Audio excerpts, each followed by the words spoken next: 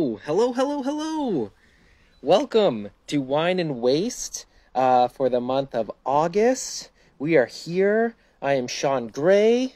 This is my backyard in my beautiful garden. We are waste-free Edmonton. And yeah, we're here for another wonderful episode of Wine and Waste. Join us here. It should happen any moment now.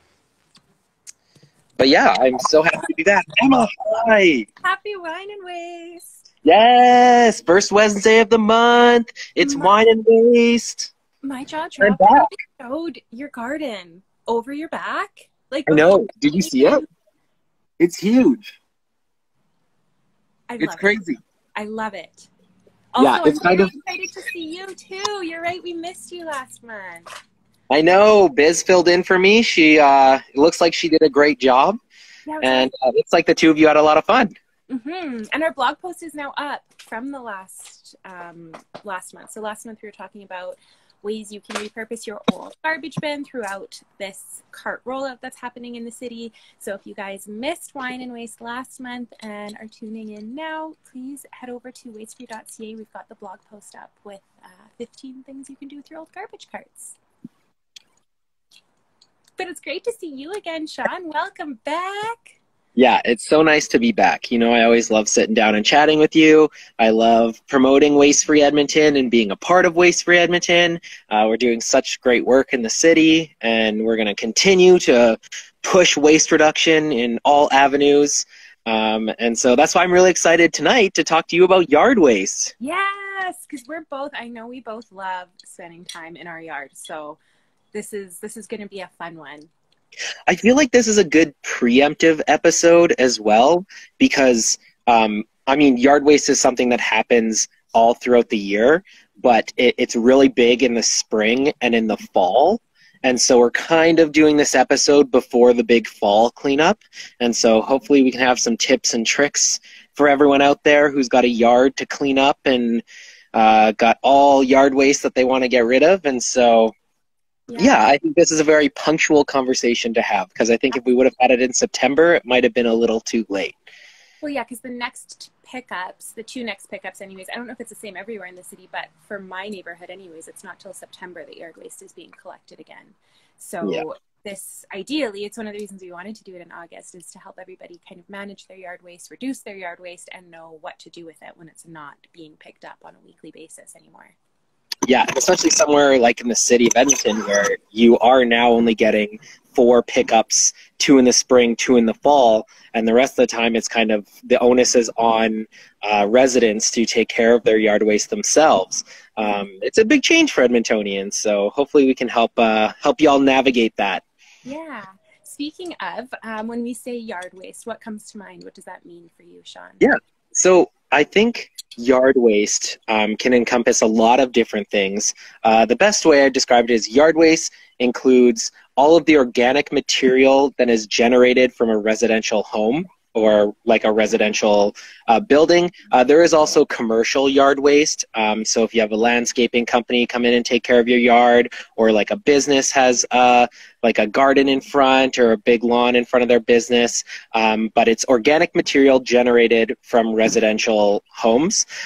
So yard waste can include leaves, grass trimmings, twigs, dirt, sod, branches, and garden extras that you don't use. I know lots of people, I have a lot of carrots and beets, and I know that you can eat carrot and beet tops, but I don't use all of them, so that I would consider yard waste. Same with, you know, all of my squash. Like I grow a lot of squash in the summers, so the leaves of squash aren't edible, so that would be considered yard waste as well once all the beautiful squash has been picked, the fruit, if you will. So yeah, it's really anything in your yard that you trim or cut and you need to dispose of either throughout the year or at the end of the year or the beginning of the year when you're raking your grass or whatever you do. Another one would be pine cones from spruce trees. And like the pine needles. I know a lot of people deal with that, particularly in Edmonton, because we're like part of the boreal forest. So yeah, so that would all be considered yard waste. And so one of the biggest pieces of yard waste, or the biggest culprits of yard waste, is definitely grass. Um, and I find the conversation around grass so interesting, because it truly is, you know, every house usually lays down sod, or people have seeded grass. It's in every park.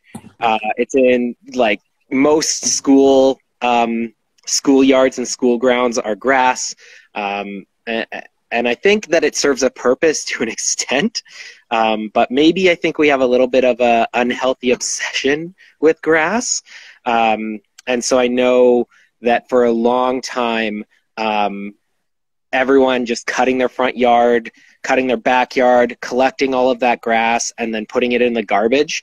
All of that grass started to build up in landfills, and that was not a great thing that was happening, because we've talked about it before on this show with our composting episode, but I think it's really important to reiterate it with yard waste, is that why we wanted to talk about yard waste is specifically is because we wanted to promote grass cycling and Go Bagless. It's a campaign that happens in Edmonton, but it also happens in every city pretty much, at least in Canada that I can think of, is where you are cutting your grass and you leave your grass clippings on your lawn, so that those grass clippings can then be recomposted into your lawn, rather than being collected, put in a garbage bag, trucked out to a landfill and dumped in the landfill, because it takes up valuable space in the landfill, so they fill up more quickly. And also, when organics are left in a landfill, they don't decompose properly. And so when the organics don't decompose properly, they create methane gas and harmful leachate. So the leachate can get into waterways and cause contaminated waterways. And also the methane gas is a pretty potent greenhouse gas. It's actually 21 times more potent than carbon dioxide. So we don't really want to be generating unnecessary methane gas and releasing it out. I think of reasons, like I love talking with you, because I feel like you're the other half of my brain of stuff that, like, not to say it's not on my radar, like obviously, yeah, that's a concern, and all the unnecessary work and energy and resources that are going into rehoming this grass. But when I think of going bagless, I'm like, my lawn is healthier, especially in this crazy heat wave. Leaving the clippings on, like, they lock in the moisture, so you don't have to water as frequently. So for me, it just makes sense. It's less work. You don't have to bag it up. Like, even I don't have to bring the bag to the back for pickup. Like, it's just less work, and my lawn is happier, and it doesn't have all of those other impacts that you just listed as well. So whether you're thinking of yourself or like the bigger picture, yeah, going bagless just seems like a no-brainer for me. I think that really is a good selling point, because I can remember as a kid, like, my dad having a difficult time, like, shoving grass into a bag and trying to dump the bag, and then the grass would leak over. And so if you're just leaving it on your lawn and grass cycling, then you don't have to worry about it. It's fine. And I know some people do complain about if you're grass cycling and you maybe have a dog or kids, and sometimes they can track that grass around. I don't have either of those. I have cats, and they don't track grass anywhere. And also, I don't have kids to track grass anywhere, but I understand that that's a real barrier for some people. But even my brother has 3 kids, and they grass cycle, and it doesn't really, like, they don't find that their kids track it in the house, especially because it's really easy to just, like, wipe them off if it does get stuck to them. And same with, they have 2 dogs, and it doesn't really get stuck to them either. So I think that's just a barrier that people create for themselves as a bit of an excuse to be like, oh, there's going to be all this loose grass. But if you're cutting it regularly, then you're not going to have these long pieces of grass. You're going to have those small pieces of grass that kind of float to the bottom, and then they dry out and they decompose. And so, yeah, I agree. Yeah, grass cycling. Like, wittingly creating that barrier, maybe it being like something that intimidates them because it's unknown and they're thinking that maybe this will be the case. Because I'll also attest that, like, we have 2 big dogs and an almost 11-year-old, and my partner plays outside pretty rough too. So like there is heavy traffic happening all over the grass in the back and the front. And it's not been a deterrent for us at all. So it's also interesting because, sorry, I'm going to go on a little bit of a rant about front lawn. I have a rant too, and I'm wondering if it's the same one. You go first. I feel like I've been talking so much this first little bit, so I want to hear your rant about grass first. Okay, so I'm not super informed on this. I know generally you're the knowledge bearer. I'm more of the, like, these are the things that I do and the practical stuff that, like, I've learned from experience. But Emma, don't sell yourself short. You corrected me on something earlier today to not put noxious weeds in my green cart. So you are absolutely knowledgeable. I shouldn't say, I'm not trying to sell myself short. I just mean, like, I feel like you are very well researched and you learn the best way to do the thing, whereas I make every imaginable mistake. So I know a lot about what not to do and take the longer route to coming to why and how we do the things. So I think they're both very valuable. And I think we both learn a lot from each other because of that. And I love it. And I don't think one's better than the other. I love both.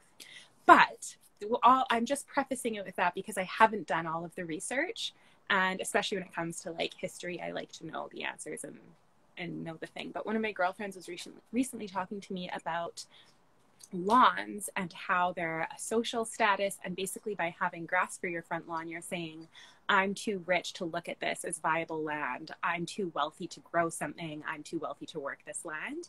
And this mentality dates back, I think, to like the 1850s or something, because right after she talked to me, I read an article and then promptly forgot much of what I read. But it was like a conspicuous display of your wealth and like a visual argument that you were making that you are wealthy enough that you don't need to farm this land. You can grow grass to cut it, which I thought was really interesting. And we, like, in our home this year, we ripped out probably about 2/3 of one side of our front lawn to put in, not a food garden, it's a perennial garden.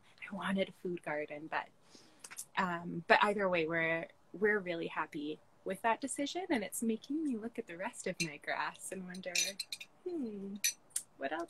Everything has to be like edible plants, you know. Perennials still are super important, like native plants and wildflowers. And I'm glad that you brought that up because I definitely feel the same way. And I think a lot of the times we don't have that conversation around how it is a massive privilege to have like fertile land that we just decide to cover in foreign sod. That's just this grass that grows, and then we expend fresh water to water it to keep it green so it looks nice.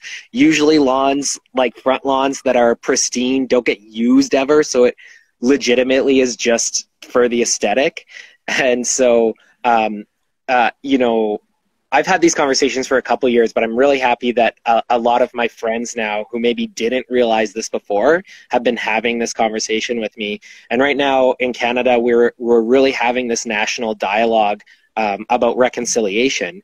And I've always said that, like, grass is such a like colonial privilege, and it really is insulting to Indigenous people to rip out native plants and just plant like Kentucky bluegrass and then waste fresh water on it. And I'm not saying that like fields are bad. Like obviously, like having soccer fields for kids to play is great, and having fields to play on is really awesome for people to sit on. But I think it's just another layer of like colonization and reconciliation that we need to start looking at, especially because preserving and expanding biodiversity, particularly native plants and wildflowers, is going to be critical in combating climate change. And so we really have to, like, part of my journey in trying to decolonize myself also comes from a lens of, you know, restoring and protecting local biodiversity, and that comes with ripping up grass. So I really like that that you brought that up, that you feel that, and I feel like a lot of other people are starting to become aware of that.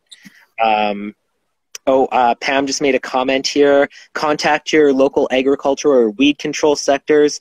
Do not allow herbicides or pesticides to be sprayed in ditches, roadsides, or natural spaces. Amen.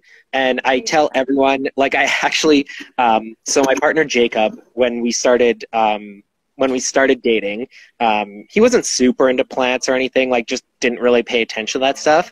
I've now turned him into a plant nut, and he like helps me garden, and he has a bunch of plants now.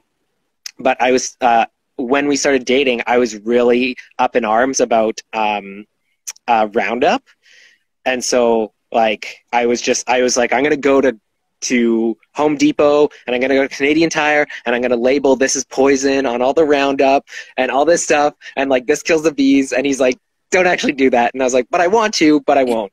But it was so funny because we went to his parents' house 2019, and his parents had Roundup on their deck, and he just exploded and started screaming at them. He's like, why would you spray dandelions with that? Like, dandelions help the pollinators, and like dandelions are actually nitrogen fixers, so they grow because they're trying to fix nitrogen in the soil and restart a forest. And he just went off on this huge tangent, and I was just sitting there like, I'm so proud of you. That's my baby. Yeah, that's so funny. And the spraying weeds is an ongoing argument in our house too, because I feel like generally I'm the one who takes care of the garden, and my partner my partner does take care of the lawn, but I keep on not letting him spray. And it's actually not bad, especially, I don't know about most of our neighbors. At the beginning of spring, I felt like there were loads of dandelions everywhere, and we were like, this is going to be a losing battle. But everything, like, I think the neighboring houses must be spraying. There's only one other one, I think, that has loads of dandelions. But I was just like sitting, having my morning coffee the other day, and I look out and there's a bunny eating all of the clover, eating the dandelion leaves. And I felt so excited. But it had dinner, it was leaving my garden alone, and it wasn't like eating a bunch of poison. And I remember just having like this little quiet moment of gratitude where like, thank you for not sneaking around and spraying the weeds while I wasn't looking. Like, he's actually making efforts to kind of change the little things that make a really big difference to me, but also like to our environment. Yeah, being able to have your like wildflowers, native plants, even just perennials or vegetables that you plant, like having that without any herbicides or pesticides on there. I think people underestimate how important that is for like our ecosystems, because it even though people may not like insects, like bees, butterflies, even moths, even wasps pollinate things. Like, pollinators are critical to life on this planet. And so it really confuses me when, for aesthetic reasons, we're just decide to spray herbicides and pesticides everywhere, when it's pretty unnecessary, because usually it is just for aesthetic reasons. When I get it, I get wanting to have a pristine, nice yard, or if you got a rock garden, but it's not really worth it, you know? Like, if you don't have the capacity to weed that garden and pull the weeds out, like, hire one of the neighborhood kids for a summer job to come pull up the weeds, you know, or, you know, offer like food for them to come over once a week, or, you know, I think there's more community orientated solutions rather than spraying herbicides and pesticides. So I'm pretty sure we're preaching to the choir here, to be honest, but it's always nice to get that dialogue out there, because the more we put that dialogue out there, the more it floats into the ether of human consciousness and it spreads around. So I'm glad we got to rant about grass. Emma, they're kind of dandelions. I saw at Greenlands, this is 2 years ago now, and I've regretted not buying it ever since, pink dandelions. And I thought, how fun would it be to plant a little pink dandelion, and then all of a sudden you have little pink polka dots on lawns instead of just yellow ones. Like, you'd have like a little corner of the neighborhood. I just thought that would be adorable. That's cute. I didn't know it was a thing, but I got really excited about it. I don't think I've ever heard of someone buying, like, were they already grown or were they seeds? No, they were plants. Oh, cool. I've I never know. heard of someone selling dandelions. Neither had I. And then I was like, oh, well, I guess like people farm dandelion greens and stuff. Like it makes sense. Um, there are many alternatives to herbicides and pesticides. Use essential oils with witch hazel and beat a bad infestation of potato beetles. That's awesome. Yeah, I was looking. I've had a anthill in my veggie garden, and for years I tried battling it. And this year I just think I'm throwing my hands up in the air and just not planting root vegetables there. Because like I already don't use like chemicals in the garden, but especially since it's my veggie garden, I was like, no way, Jose, like I don't even want to experiment a little bit. And the stuff I've read about and tried over the years, and people in my gardening group have suggested, cinnamon, apparently they don't like mint essential oils. What else did we try? Somebody suggested boiling water, which I tried that at the beginning of the season and felt like a mass murderer, and I like actually felt really horrible about it, but I'm like, at least it's not chemicals. Hopefully we'll see. Like to dump on ants? Like to get down into the anthill. Like this was before I saw any of them, but it was the same spot. So I'm like, I'm gonna like preemptively, I dumped probably 12 pots of boiling water down there, and the anthill is back in the same spot. Oh, really? Yeah. I've actually had some success with boiling water, but I've also used like a rhubarb leaf where you like pour onto the rhubarb leaf into the anthill. And I've actually had quite a bit of success over the years doing that. And also ants have the like, they're the most, like their bio weight is the most out of any species on the planet. So if you're killing one anthill, it's not the worst thing, No. but I get that attachment to all living things and being like, oh no, I don't want to take out this anthill. I just wish I could pick you up and move you out of my garden. Yeah, they've made their home. But yes, agreed. There are tons of natural alternatives. Even the lily beetle, like when we're talking about like native plants versus like foreign plants, they don't have a natural predator here, so there's nothing that eats them, and they will decimate your lilies. But somebody was telling me that they don't like irises, so if you put iris like leaf in water and like let it steep for a bit and then spray it down with that, that's supposed to help deter them. Oh, cool. Yeah, which I thought was really interesting. I tried that last year. I didn't have any lily beetles until earlier this week. I saw some, and I need to get them. And I've never seen them like run and try to get away and flop. Like usually they just like stop humping each other long enough to scoop them in the death jar, but these ones were like scurrying away. So I'm not pleased that I have some athletes. Maybe it's because it's the Olympics. I don't know.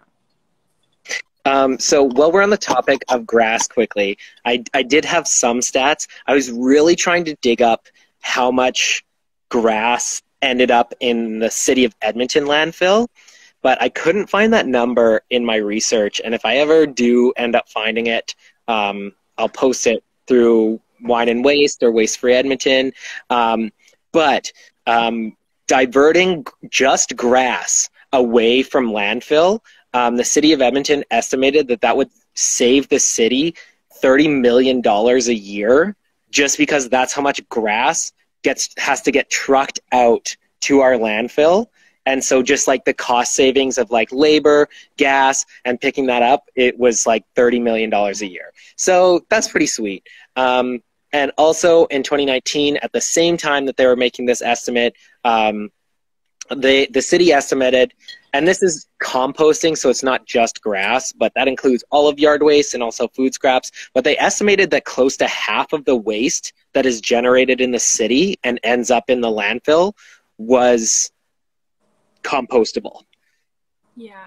So almost half the waste, like it was just under 50%. So that's pretty surreal to think about how much wasted potential we actually had. Because a big thing, like when grass, when tree branches, when leaves, when food, when all of that stuff ends up going to the landfill and not getting composted properly, it's not only all of the negative benefits of methane and leachate and filling up the landfill, but also it's a loss of nutrients. Mm-hmm. Like those are valuable nutrients that we're literally just throwing into a pile and letting sit there and waste. And so especially in a world where, you know, we have a rapidly depleting topsoil happening, where we're starting to see, you know, like non-regenerative agriculture is really catching up to us. So those nutrients could hypothetically become a really precious resource soon. And so the more that we can compost at home and replenish our own gardens with homegrown compost, or we can have community compost where we can then feed the trees in the area or feed gardens in the area, like it's just so much better for the environment, and so much, it is actively a tool in preventing climate change. And so, I just want to bring that up because I thought that was really important. And it was something that when I was thinking about what to bring to this conversation, the nutrient cycle was something that I didn't think of until I stumbled across it. And I was like, oh yeah, like the loss of nutrients is huge. And that's so much wasted potential as well. And so, I feel like if you're ever having a conversation with someone and they're like, I don't want to compost, or like, I don't want to throw my yard waste into my, I just want to throw it in the garbage. You can say that and be like, well, it's a huge waste of nutrients. So I just got a notification from the WasteWise app, and I don't know if this is at all eco centers or just a couple, or if it varies, but you can actually go pick up free compost that they create from the yard waste that people bring to eco stations. So it's there, as long as you can go pick it, you can use your old garbage bin to carry it home. That's one of the tips we had in our blog post, is to use it to transport loose materials like mulch or soil or leaves or whatever to the eco station. But they do have free compost. So if that's something that you do need for your garden, then you can see all of that in action.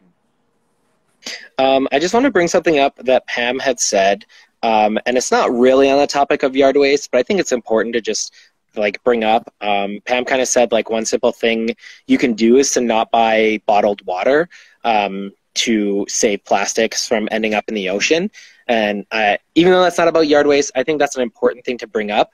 But something to chew on, which I have been has been rattling around inside of my brain, especially during the previous heat wave, when a lot of nonprofit charities were asking for water because they needed to get water to vulnerable communities, whether in the river valley or just on the streets, and they needed to get those people water. It brought up an interesting conversation around like affordability and access, and like how we need more public water fountains to accommodate for people who maybe don't have the accessibility or privilege of carrying around a reusable water bottle all the time. And that's why I was really happy to see the city of Edmonton trial some of those fire hydrant water fountains, which is super cool.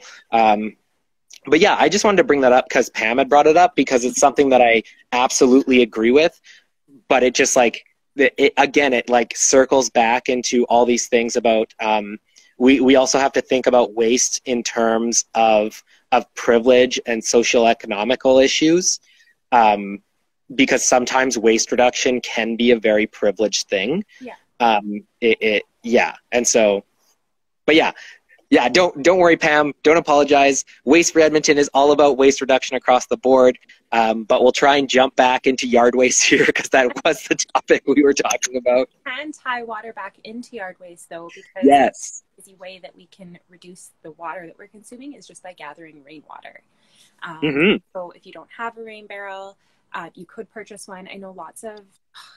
Who was it? There was a local business that was converting. They received some bulk item in these big plastic barrels, and they were converting them into rain barrels to sell.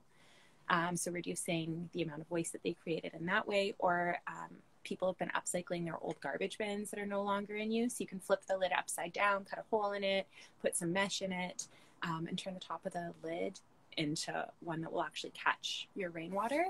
And water. I was going to say, if I'm not mistaken, that was one of the things you could do with your old garbage cans. Tons of stuff, yeah. Also, I'm really bummed. I have a rain barrel, but what's it called? Spigot? Is that the right word? Yeah. The metal, yeah. It busted, and I don't know if it can be fixed, so I don't actually have any.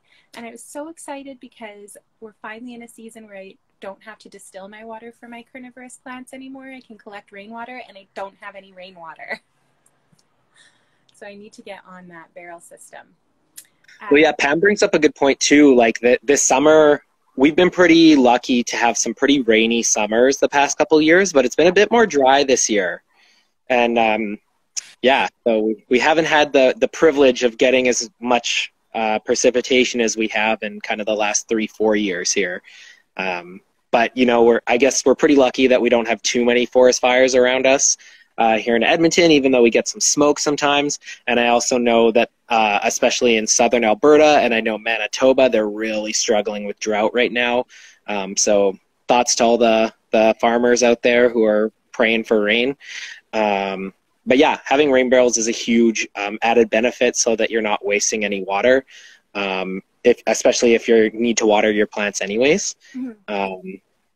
And I'm glad that you had that tie-in to last month's Wine and Waste, because that's a great thing to do. And it's just another great example of how everything's kind of interconnected. So, and so one a bit of yard waste that everyone will be dealing with coming up here soon. I know people are going to be like, "Don't say this," but you know, we're approaching that time where the leaves start to turn, the weather gets a little colder. I know it's a sin to bring that up right now. Let's enjoy summer while we have it, but autumn is coming, and so you should be prepared to collect your leaves. What I do is leaves are a precious resource for me, especially being a home composter, and where I try to compost literally everything all year round. So I collect as many leaves as I can to keep over the course of the winter.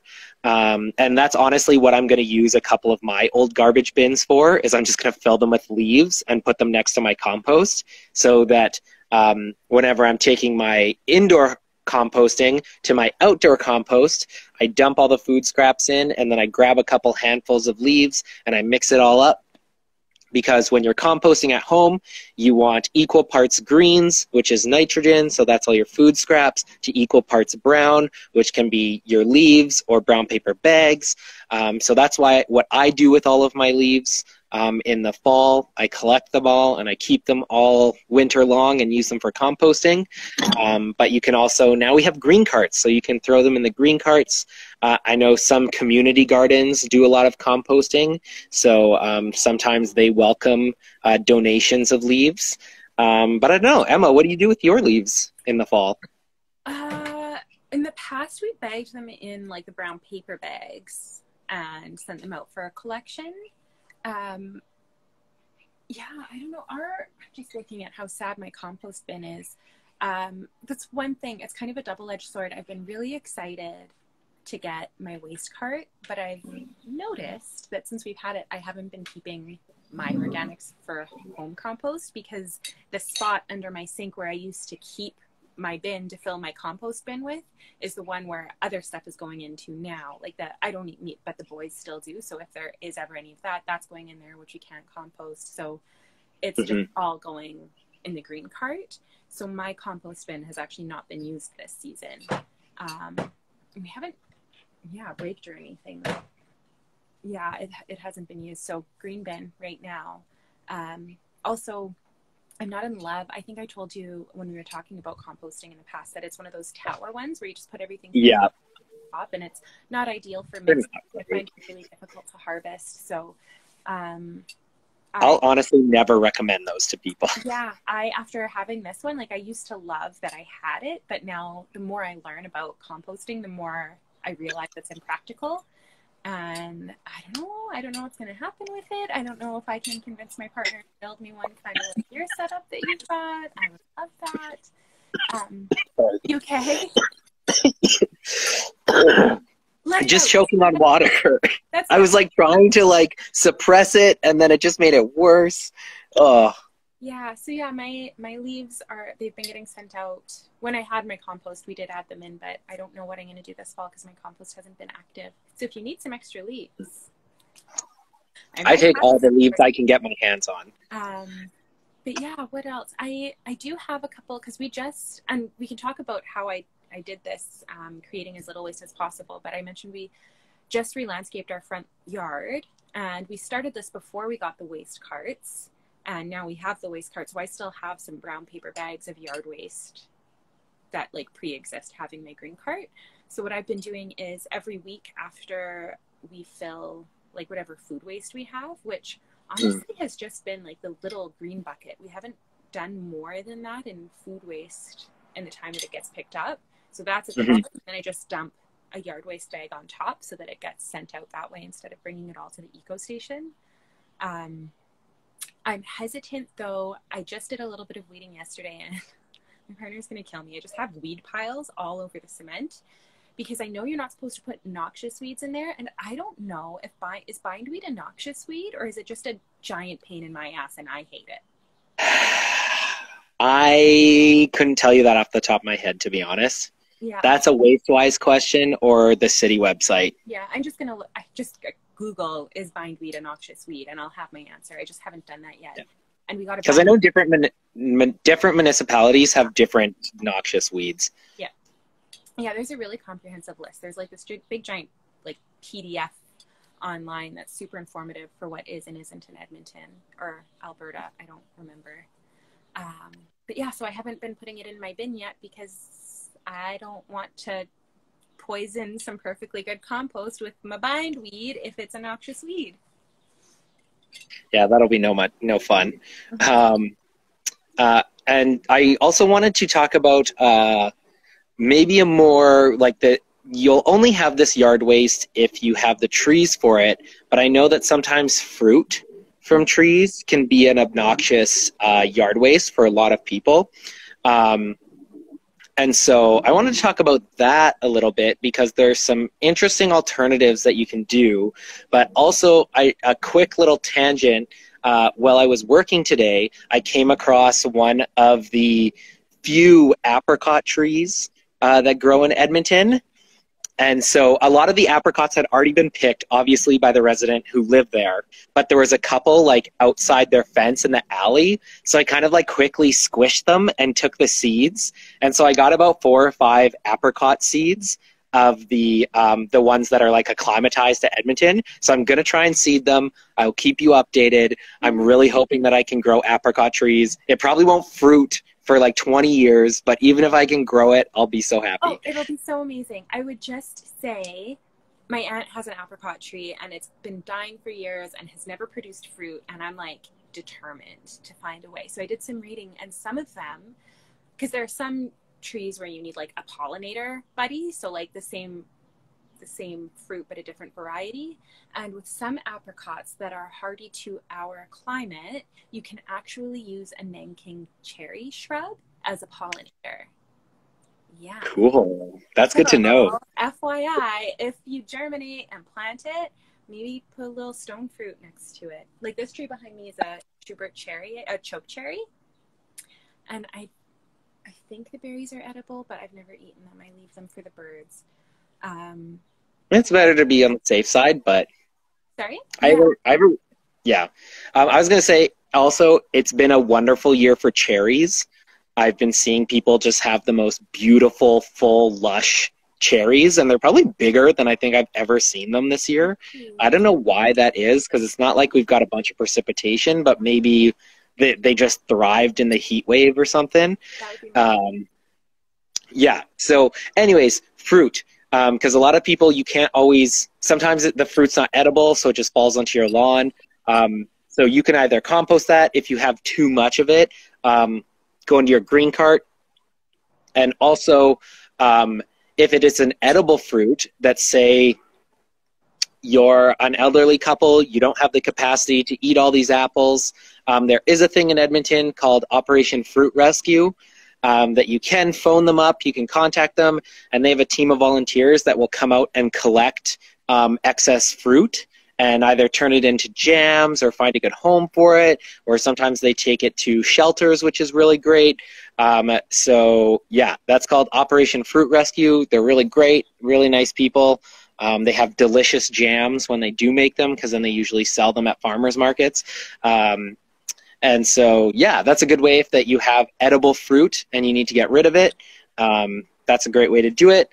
And also, yeah, I really wanted to just Yeah. promote Operation Fruit Rescue. I love Operation Fruit Rescue. Another alternative too, and not to take away from that, is to just let your neighbors know, like that they're welcome to come help themselves. You can make a post on like Kijiji or Facebook Marketplace or whatever, saying, hey, like free apples or whatever.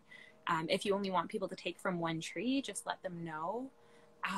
Or another one is the buy nothing groups. Like, I am in love with my buy nothing group. And earlier this week, I actually saw people saying like, hey, like, does anybody have it? I know it's early in the season, but like when time comes, if anyone has any extra apples, please let me know. So there are tons of ways to pass it on and stop it from becoming waste, and to get it into the hands and mouths of people who would really appreciate it.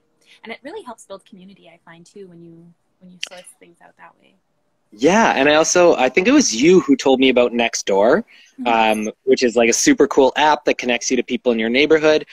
So I'm always keeping my eye on Nextdoor, seeing what people post. That's another great place that you could post if you were looking for something, or if you had excess fruit to get rid of, or if you say you have a Nankim cherry or some sort of tree where you don't know what it is or you don't know what to do with it. Then I think that's a great way to find out and make friends in your neighborhood as well. I see Pam asked a question about plant pots. I'm going to answer that. What do you do with your plant pots from the greenhouse? Just while I walk around to the front, because I've only got about 15 minutes left, so I want to make sure I talk. Really? Stuff. Yeah. Oh, wow. Okay. We're just chatting up a storm here. I know. I love it.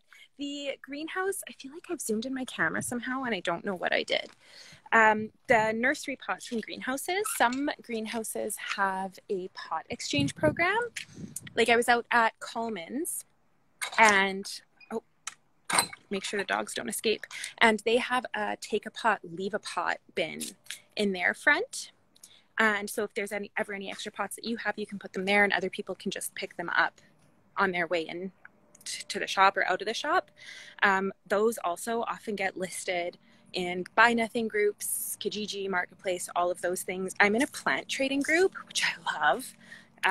And people are always looking for nursery pots in there. So if you know anybody that loves plants, they're always a high commodity. And then what else can you do with them? If they're busted, Superstore has a recycle program for them. I've heard people argue that they don't actually get recycled, but I did call and spoke to a manager at a local Superstore to see, and she said if you bring them back early enough in the season, they will be able to recycle them. They do have a program. Somebody will come pick them up, and they'll give you their shopper's optimum points, or whatever their point system is. They'll give you points as an incentive to bring them back to be recycled. But as we know at Waste Free Edmonton, recycling is always the last resort. You don't want to do that first. So you want to extend its life as much as possible, get it into the hands of somebody else who can reuse it before recycling. Oh, also somebody said if they ever have, because I asked this question recently to some of my friends, they said if they ever have extra nursery pots, they put them in the back alley, and the next morning they're always gone. Yeah, and honestly, I was thinking about it now, I wonder if that's something that as Waste Free Edmonton we could kind of investigate further and maybe come up with a strategy or a campaign to address the companies that create those pots and see if there are sustainable alternatives. Because, yeah, I know that most of those plastics don't get priority recycling. Like, it's not profitable to recycle them because they're kind of those thin breakable plastics. They usually break into small pieces. And like you said, recycling is the last bastion of the circular economy. Like, you want to try and repurpose and reuse first. But I wonder if that's something we could investigate more, and that if maybe we could come up with a campaign to work in coordination with places like Coleman's, like some of the other, like the Ellerslie Gift and Garden, to maybe have some sort of sharing program, or like some sort of recycling program, or to pressure manufacturers of those like the manufacturers of the pots to make them more sustainably. Mm-hmm. And that would kind of work into an extended producer responsibility thing. Interesting. Thanks for bringing that up, Pam, because I'm gonna dig into that and see where that rabbit hole takes me. Emma, you're a little laggy on my end. I'm not sure how it is for everyone else, but I'm gonna did you switch? Disconnect and request to join again. Okay. Okay. Sounds good. Another one I really couldn't find a suitable solution for, but I know quite a few people wrestle with like what to do with pine cones, and sometimes a lot of pine needles. I have a pretty big spruce tree in my front yard, but pine needles don't really bug me at all, so I'm just fine with them sitting there. I don't really have a suggestion for what to do with pine needles and pine cones. I'm just trying to get Emma back in here. But yeah, if you do have something to suggest to us, please let us know in the comments. Please let us know later. But yeah, I couldn't find anything useful other than trying to like compost them. But even composting yourself is really difficult because those don't break down as quickly as, say, leaves or grass. And they're super acidic. So yeah, trying to balance that out. I think honestly, most of us, if it's something that you want to get rid of, it's something that you need to just take to the eco station or put into your green cart. So that it can go to the city compost or it can go into the anaerobic digester, which is really awesome. But yeah, I'm sorry that I couldn't dig up a viable low waste solution to pine cones. Maybe an art project. Make a throne out of pine cones and then take a picture and send it to us. Oh, I'm gonna flip this over. Okay, so we just took this. All used to be grass. I know. Yay! Rip up that grass. Get it out of here. I haven't pulled the weeds because they're prickly, and those ones I need gloves for. So just pretend they're not there for me. Okay. So a couple of the things that we did to create less waste while we were re-landscaping our garden is, well, that bird bath I actually rescued from a house that was being demolished. And most of the plants here, yeah, I love doing that. Most of the plants in here were traded with friends. So my established perennial garden is just over on the other side there. So I'll just dig up and divide my perennials and then swap them. So like this, I got a tiny little piece from one of my girlfriends that filled in super fast. This was traded. These irises came from my mom. This came from a house that was being demolished. More of the same. This I moved from one of my other gardens. These were traded from somebody that I connected with in a trading group. These were from a friend. This is from a back garden. That's actually borage that I know you just shared a post about it, how it self-seeds. I love borage so much. So generous. You're never going to get rid of it, though. Like, no. It'll just self-seed itself. But I'm fine with that. I'll never have to buy a plant again. So yeah, like almost all of the plants in here didn't come in a nursery pot because they came out of someone else's garden or my garden. So that was really fun. I think we bought 3 lilies, 2 shrubs, and a tree, but the rest of it was traded or started from seed. And starting from seed is a huge way you can reduce waste because you're not buying all of the plastic pots and everything. Something else we did is all these Paver Stones. Almost all of them I found secondhand on Kijiji. Before we bought them, though, I looked it up because my partner was really concerned that we wouldn't be able to find them again if we needed more. So I found them on Marketplace. I asked the woman where she bought them from initially, looked it up. The hardware store still sold them. So I bought as many as we could from her, and then we ended up just buying a couple more brand new ones to top up at the end. The mulch we bought in bulk and just had it delivered. So there was no plastic or anything involved with all of that mulch. All of the tomato cages that I have kind of tucked away for the taller plants. Those were given to me by somebody from, I can't remember if it was my Buy Nothing group or a garden group. They were all like super rested and bent out of shape, but I was like, hey, good enough for me. So Yes. there we are. I'm just trying to think if there was anything else that we did to help us reduce the amount of waste that we created. I think that's about it. It looks so really good, Emma. It used to be really sad grass. We didn't water it. Because we have this giant tree and then this giant tree. Yeah. So like it was just pointless to water the grass. We were never going to have nice grass, and it just seemed like such a huge waste. This is my favorite part of my whole garden. I love it so much. It's my little puppy pit stop. That's so cute. So sorry, I can't see what it says on the... That's cute. I have a little water bottle so they can refill. This dish was given to me by somebody in our Buy Nothing group. And then I need to refill the cookie jar. So I've just been doing one ingredient. That's adorable. I love it so much. It's actually my favorite part. I've gotten to know so many neighbors over it. And like, sometimes I'll hear when they'll be on their phone, oh, we're just at the watering hole, or somebody else, oh, we're just at the pit stop. And it makes me so happy. That's adorable. Emma, it's people like you that make communities better. Oh, likewise, Shawn. I actually had a woman, she said she's from Poland. She sent a picture to her sister and said, this is what people in our community do. And my heart exploded. I thought that was really sweet. Yeah, and I love that you are so integrated into plant trade groups that like most of those plants were traded and you got them from people and you split them up and like, yeah, I love it. That's so great. I love it because gardens, like, they just keep giving. Here, I'll show you.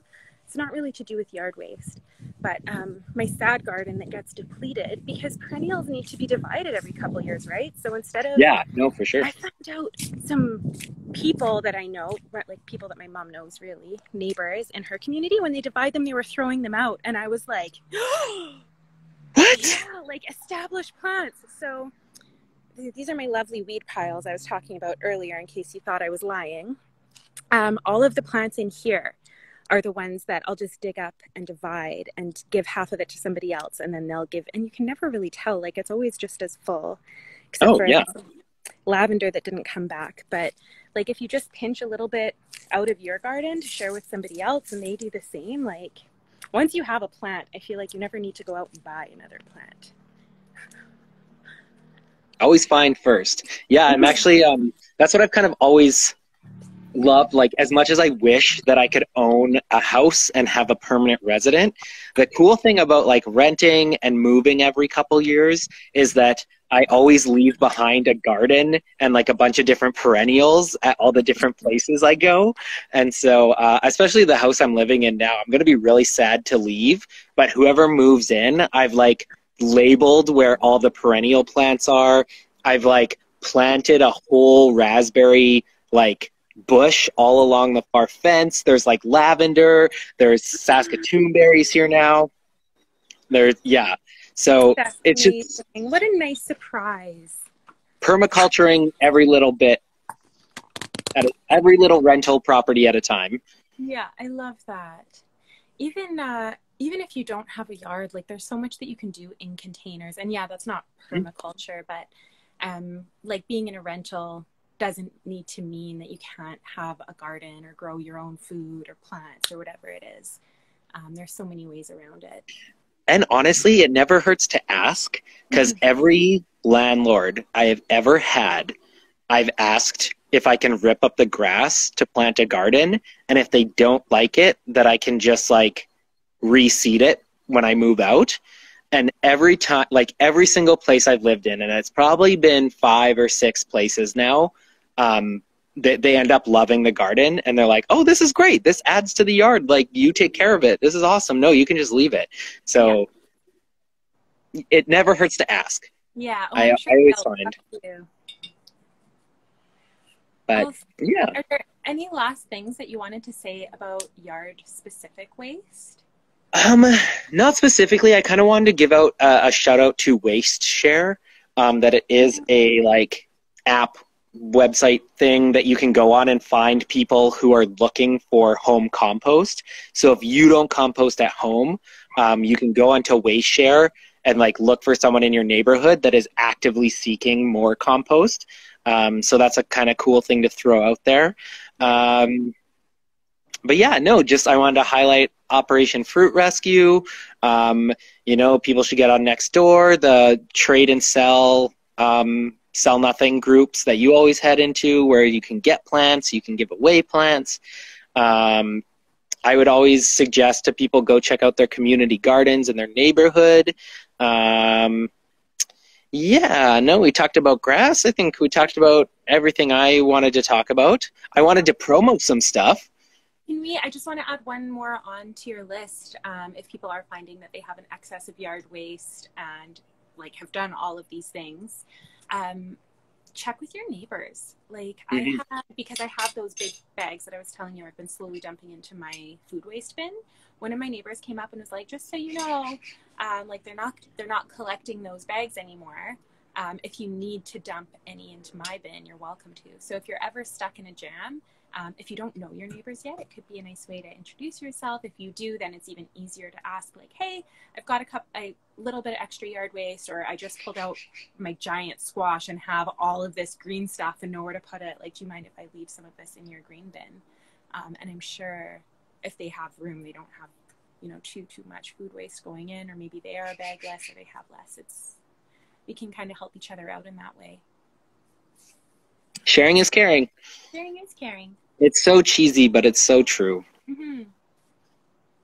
Cool. That's a really great point. I'm glad you brought that up. But yeah, I am super, super excited to announce that Waste Free Edmonton will be hosting an in-person summer hangout. We're going to invite all of you, all Waste Free Edmonton volunteers, anyone in the Waste Free Edmonton community, people who want to learn more about waste. We're finally having an in-person hangout August 22nd from 2 p.m. to 4 p.m. at the Compost School at the John Jansen Nature Center over just off Fox Drive. I'm so excited to see everyone in person, to be able to chat about waste in the city and all the things that have been happening and all the things that are going to happen with waste in the city. You know, I joined Waste Free Edmonton right as COVID was happening. So I never really got to host in-person events other than a couple cleanups. And there was one in-person event we did last year at the Compost School, but we had to keep it really small and everyone still like was really hesitant. But now, you know, lots of people are living that double vax life. We obviously want everyone to be safe. So mask up if that's what you're comfortable with. And we still encourage like, you know, safe social distancing. But at the same time, we feel very comfortable meeting up in person outside. We hope that you can come. We hope that you invite your friends. We're just kind of going to reintroduce ourselves to the volunteer base. Hopefully over COVID, we've attracted new people who are new to Waste Free Edmonton, but we're really hoping to hit the ground running. You know, I think that Waste Free Edmonton has done a really good job of making sure we keep the pressure on City Council for a single-use plastic bylaw. They're really starting to get that going again. Nothing major will probably happen until after the municipal election in October, but that leads us into a really cool thing that we're also doing. We have a promotion right now, or a campaign, where we contact all the city council candidates and the mayoral candidates with a 3-question questionnaire, I guess, where we ask them about waste in the city and then ask if they endorse our single-use plastic bylaw, which you can go read on our website, wastefreeedmonton.ca. And so, yeah, so we're pretty, what's the word? I don't want to say involved, but we are excited for this municipal campaign. And we're excited to whether the new or old councillors, that's one of the first things we really want to try and advocate for and push, is that they introduce a single-use plastic bylaw. And yeah, so we'd love to have your help in advocating for that and getting publicity around that.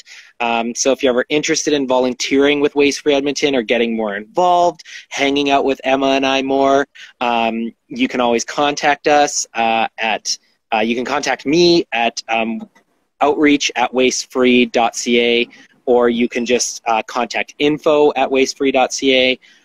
Emma, you can contact at education@wastefree.ca. But yeah, there's lots of fun stuff on the horizon, and we really want to, as we kind of transition into this sort of post-COVID world, I think everyone at Waste Free Edmonton is kind of excited to get the ball rolling on some waste reduction initiatives. And yeah, so that's Sunday, August 22nd, 2 to 4 at the Compost School. Emma, is there anything else that you would like to bring up? One last thing on top of the thank yous and goodbyes is, yes, if there's any topic that any of you are wanting to see Shawn and I cover in a future Wine and Waste, once this live is over, there should be a little comment section. I'm right? You get a on lives after the fact. So if you just want to leave your suggestions in the comments, it's something that we can mull over and see if there will be a good timely fit for any of your suggestions. We'd love to dive into those. But I think you're right. Yard waste right now was beautifully timed, and hopefully there were some suggestions that help, either if you're undertaking a big project or just trying to keep up with maintaining a yard or a garden. Hopefully there are some helpful tips in here to kind of make you feel good about the waste that we're putting out there. And yay! Thank you so much, Shawn. It was so great connecting with you again. I know. I missed you last month. I was like, oh, I didn't have Wine and Waste. I wasn't there. But Biz did a great job. I'm glad that she was able to step in. Go listen to Becoming Less if you haven't listened to Biz and Emily's podcast, which is part of Waste Free Edmonton. It's a wonderful podcast. They have so much fun. So check out Becoming Less. I'm sure she promoted it while she was here with Wine and Waste. But it's such a great podcast. So if you have some time and you're looking for more waste reduction conversation in the city, go check it out. And otherwise, Emma, it was delightful to talk to you again. I love doing this, and I'm so excited to chat again next month. Likewise, I'll see you next month. Bye, everyone. Thanks so much, everyone. Bye. Good night.